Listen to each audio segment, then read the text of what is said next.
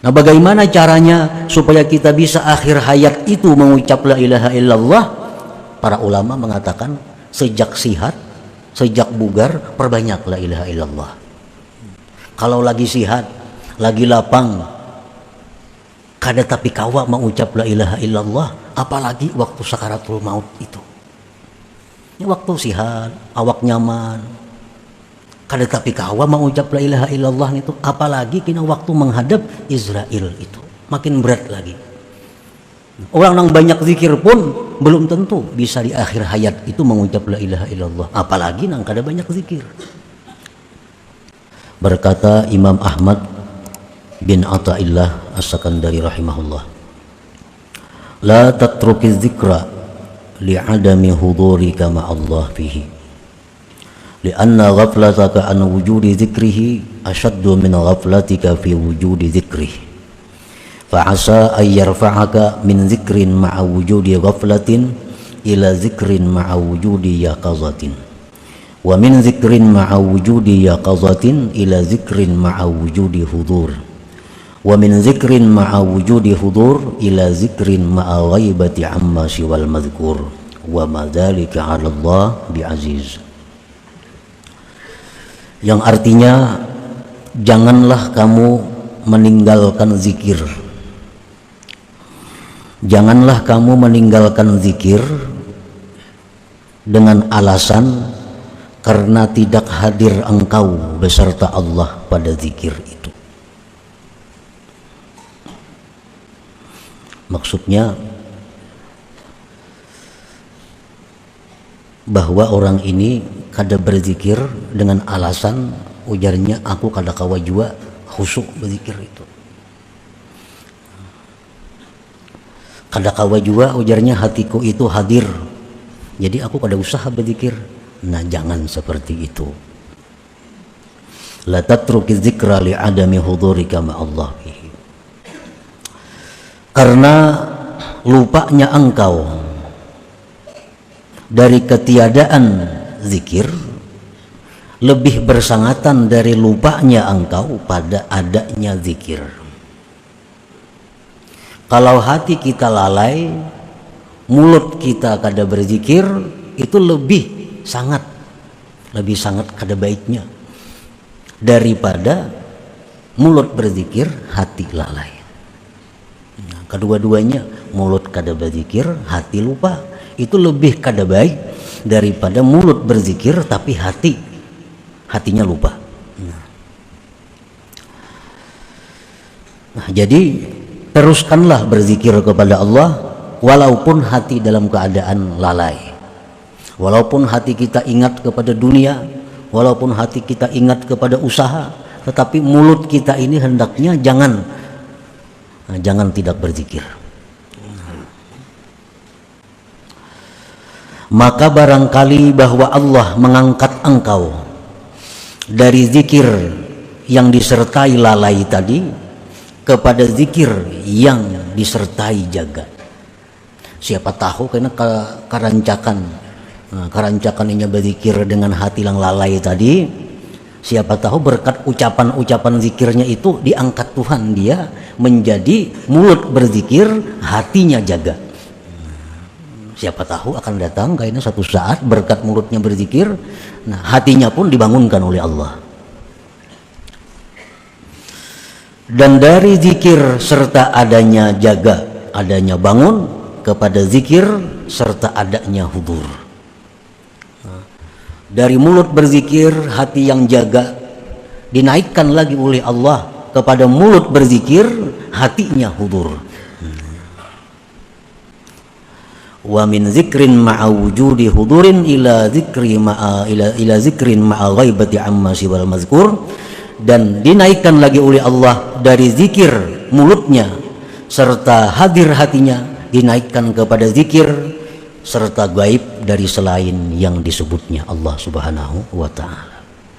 Wa madzalika 'ala Allah bi'aziz, dan yang demikian itu tidaklah sulit bagi Allah. Orang yang dulunya hanya berzikir mulut 1000 sehari mengamalkan zikir la ilaha illallah atau apa zikirnya, padahal hatinya kemana-mana. Berkat itu satu saat kayaknya diangkat oleh Allah. kepada zikir, hatinya jaga. Atau saat lagi diangkat oleh Allah kepada zikir, hatinya hadir. Nah, diangkat lagi oleh Allah kepada zikir, hatinya gaib, hatinya tidak ada lagi yang diingatnya selain Allah Subhanahu wa ta'ala. Dan mengangkat seseorang dari yang rendah kepada derajat yang tinggi tadi tidaklah sulit bagi Allah Subhanahu wa ta'ala. Nah, para muhibbin rahimakumullah, jadi artinya jangan kita kada berzikir kepada Allah, jangan menunggu hati lapang. Bahirnya aku berzikir hati kada karuan jua, nah tambah kada karuan lagi. Nah, jadi jangan jadi alasan hati kada karuan, jangan alasan karena pikiran banyak lalu kada berzikir. Biarlah berzikir mulut walaupun hati kemana-mana. Pengertian zikir itu mencakup Al-Quran, mencakup Al-Quran. Bacalah Quran walaupun hati kita kemana, ke usaha, ke keluarga.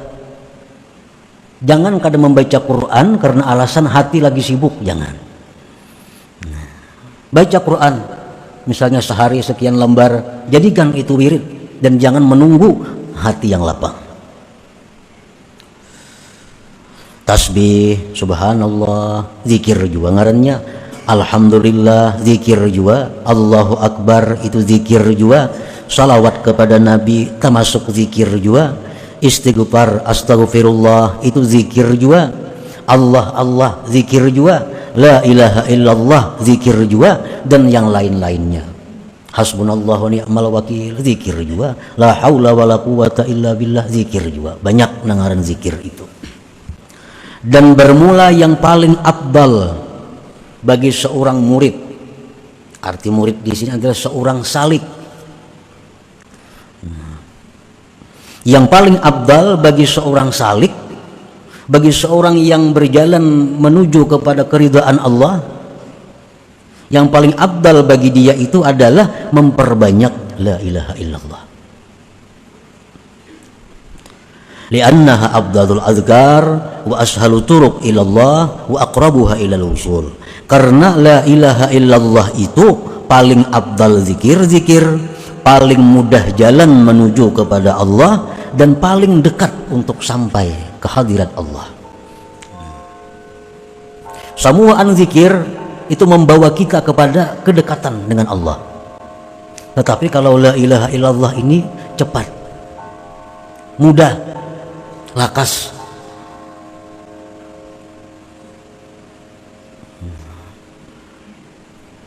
Jadi andai kata kita membaca salawat, membaca Quran, istighfar, tasbih, itu tetap berjalan sebagaimana mestinya.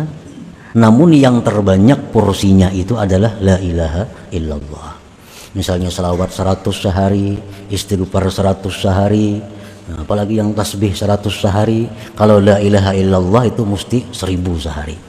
Nah, karena itu yang paling cepat menyampaikan kita kepada Allah Subhanahu wa ta'ala. Nabi sudah mengatakan paling abdal zikir itu la ilaha illallah. Yang paling abdal ini yang kita perbanyak. Beliau lagi bersabda, jaddidu imanakum aktsiru min qauli la ilaha illallah. Ujar Nabi kita, perbaharui iman kamu. Artinya hanyari iman. Kan kalau alasan iman ini bisa buruk. Disuruh Nabi iman ini selalu dihanyari. Nah, diperbaharui iman itu dengan memperbanyak la ilaha illallah. Jadi kalau kita banyak la ilaha illallah itu iman kita selalu baru. Nah, selalu baru. Bila baru itu samuaan baik. Buruk ya lawas itu samuaan kada baik. Perusak segala macam ngarannya lawas itu. Jadi supaya iman kita ini selalu baru, nah itu zikirnya perbanyak la ilaha illallah. Para muhibbin rahimakumullah, Rasulullah sallallahu alaihi wasallam bersabda yang menunjukkan tentang keutamaan la ilaha illallah ini, man kana akhiru kalamihi la ilaha illallah dakhalal jannah. Siapa-siapa, ujar Nabi, di akhir hayatnya itu mampu mengucap la ilaha illallah masuk surga. Arti masuk surga ini masuk surga yang langsung. Kada masuk surga nang masuk ke neraka bedulu kada. Asal akhir hayat kita la ilaha illallah. Kada ada istighfar, kada ada alhamdulillah, kada ada Allahu akbar. Jadi kalau kita pilih kalimat yang penutup hidup itu la ilaha illallah. Nah, bagaimana caranya supaya kita bisa akhir hayat itu mengucap la ilaha illallah? Para ulama mengatakan sejak sihat, sejak bugar, perbanyak la ilaha illallah. Kalau lagi sihat, lagi lapang, kada tapi kawa mengucap la ilaha illallah, apalagi waktu sakaratul maut itu. Ini waktu sihat, awak nyaman, kada tapi kawa mengucap la ilaha illallah itu, apalagi kena waktu menghadap Israel itu makin berat lagi. Orang yang banyak zikir pun belum tentu bisa di akhir hayat itu mengucap la ilaha illallah, apalagi nang kada banyak zikir. Nah, Rasulullah Shallallahu Alaihi Wasallam bersabda lagi, lakinu mautakum la ilaha illallah. Ujar Nabi, orang nang hendak mati itu, nang sakarat itu, ucapakan, lajari la ilaha illallah. Kada menyuruh Nabi orang hendak mati itu suruh bertobat, kada. Orang hendak mati suruh baca salawat, kada. Tapi ujar Nabi, orang hendak mati itu bacakan la ilaha illallah, karena ini paling afdal zikir. Para muhibbin rahimakumullah, Sayyidina Ali karramallahu wajhah, beliau bertanya kepada Rasulullah sallallahu alaihi wasallam, ya Rasulullah, ayyu turuq aqrab ilallah wa ashaluha ala ibadillah wa afdaluha indallah. Wahai Rasulullah, apa jua jalan yang paling dekat kepada Allah? Ini jalan kepada Allah ini banyak jalan kepada Allah, sebilangan napas-napas kita. Nah, cuma jalan apa wahai Rasulullah yang paling dekat kepada Allah? Jalan yang paling mudah atas hamba-hamba Allah dan yang paling afdal di sisi Allah. Faqala ya Ali, alaika bidawami dzikrillah. Ujar Nabi, wahai Ali, lazimi, kekali berzikir kepada Allah. Orang yang selalu berzikir kepada Allah, itulah jalan yang paling mudah, jalan yang paling cepat menuju kepada Allah. Qala kaifa azkuru ya Rasulullah? Bagaimana ulun berzikir wahai Rasulullah? Kan zikir banyak. Nah, apa zikirnya? Faqala, ujar Nabi kita, ghammit 'ainayka wasma' minni 3 marrat thumma qul mislaha wa ana asma'. Wahai Ali, aku melajari ikam zikirnya, zikir yang paling cepat, zikir yang paling mudah dan paling afdal di sisi Allah.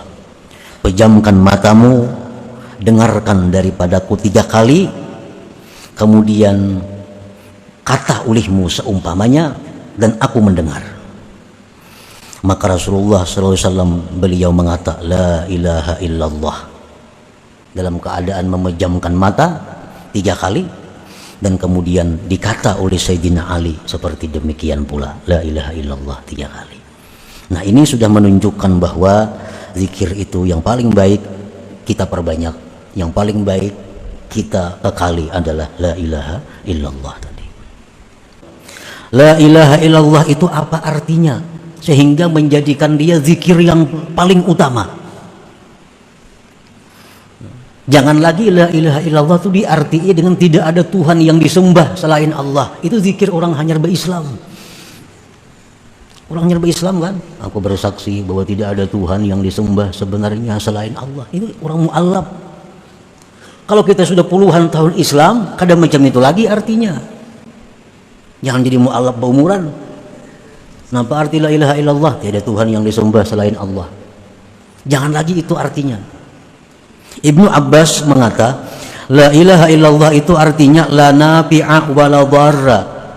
Tidak ada yang memberi manfaat, tidak ada yang memudaratkan, wala mu'izza wala mudhilla, tidak ada yang memuliakan, tidak ada yang menghinakan, wala mu'tiya wala mani'a, dan tidak ada yang memberi dan tidak ada yang mencegah, illallah, kecuali Allah. Nah, itu artinya la ilaha illallah.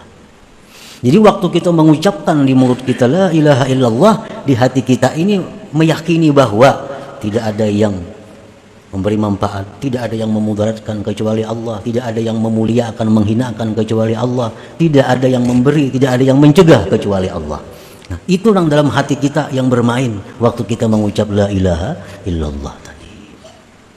Jangan kau tinggalkan zikir karena merasa tidak bisa hadir hati. Jangan kau tinggalkan zikir walaupun hati lupa kepada Allah, karena ada 3 sebab. Kenapa sebabnya kita disuruh berzikir walaupun hati lupa, walaupun hati ingat dunia, tapi mulut jangan putus berzikir. Pertama sebabnya, inna fi dzikril lisani iqbalan 'ala Allah bi ba'di jawarihi wa bin qita'il lisan anhu ghaflatun wa i'radun anhu bil kulliyah. Kalau kita berzikir lisan, hati kada, berarti ada di anggota tubuh kita ini satu yang menyebut Allah, yaitu lisan. Kalaunya perai, maka seluruh tubuh kita kada ada yang menyebut Allah. Jadi biarpun hati kita lupa, lalai, tetap mulut kita zikir, supaya ada bagian tubuh ini yang ingat kepada Allah. Satu itu. Yang kedua, inna fi dzikril lisan tazyin jarihatin min jawarihi bila ibadah. Bahwa zikir lisan itu menghiasi anggota dari anggota-anggota tubuhnya dengan ibadah. Yang ketiga, ini yang dimaksud oleh pengarang tadi, inna fi dzikril lisan ta'arrudan li nafahatin rabbaniyah min sya'niha ayyakuna sababan liyaqazatil summa hudurihi sababan liyaqazatil qalbi summa hudurihi summa ghaibatihi amma siwallahi ta'ala. Bahwa kita berzikir lisan, ingat ke hati kada kah, pokoknya aku 1000 sehari. Yang pikiran tenang, gak pikiran kada kah, pokoknya aku zikir tu la ilaha illallah 1000 sehari.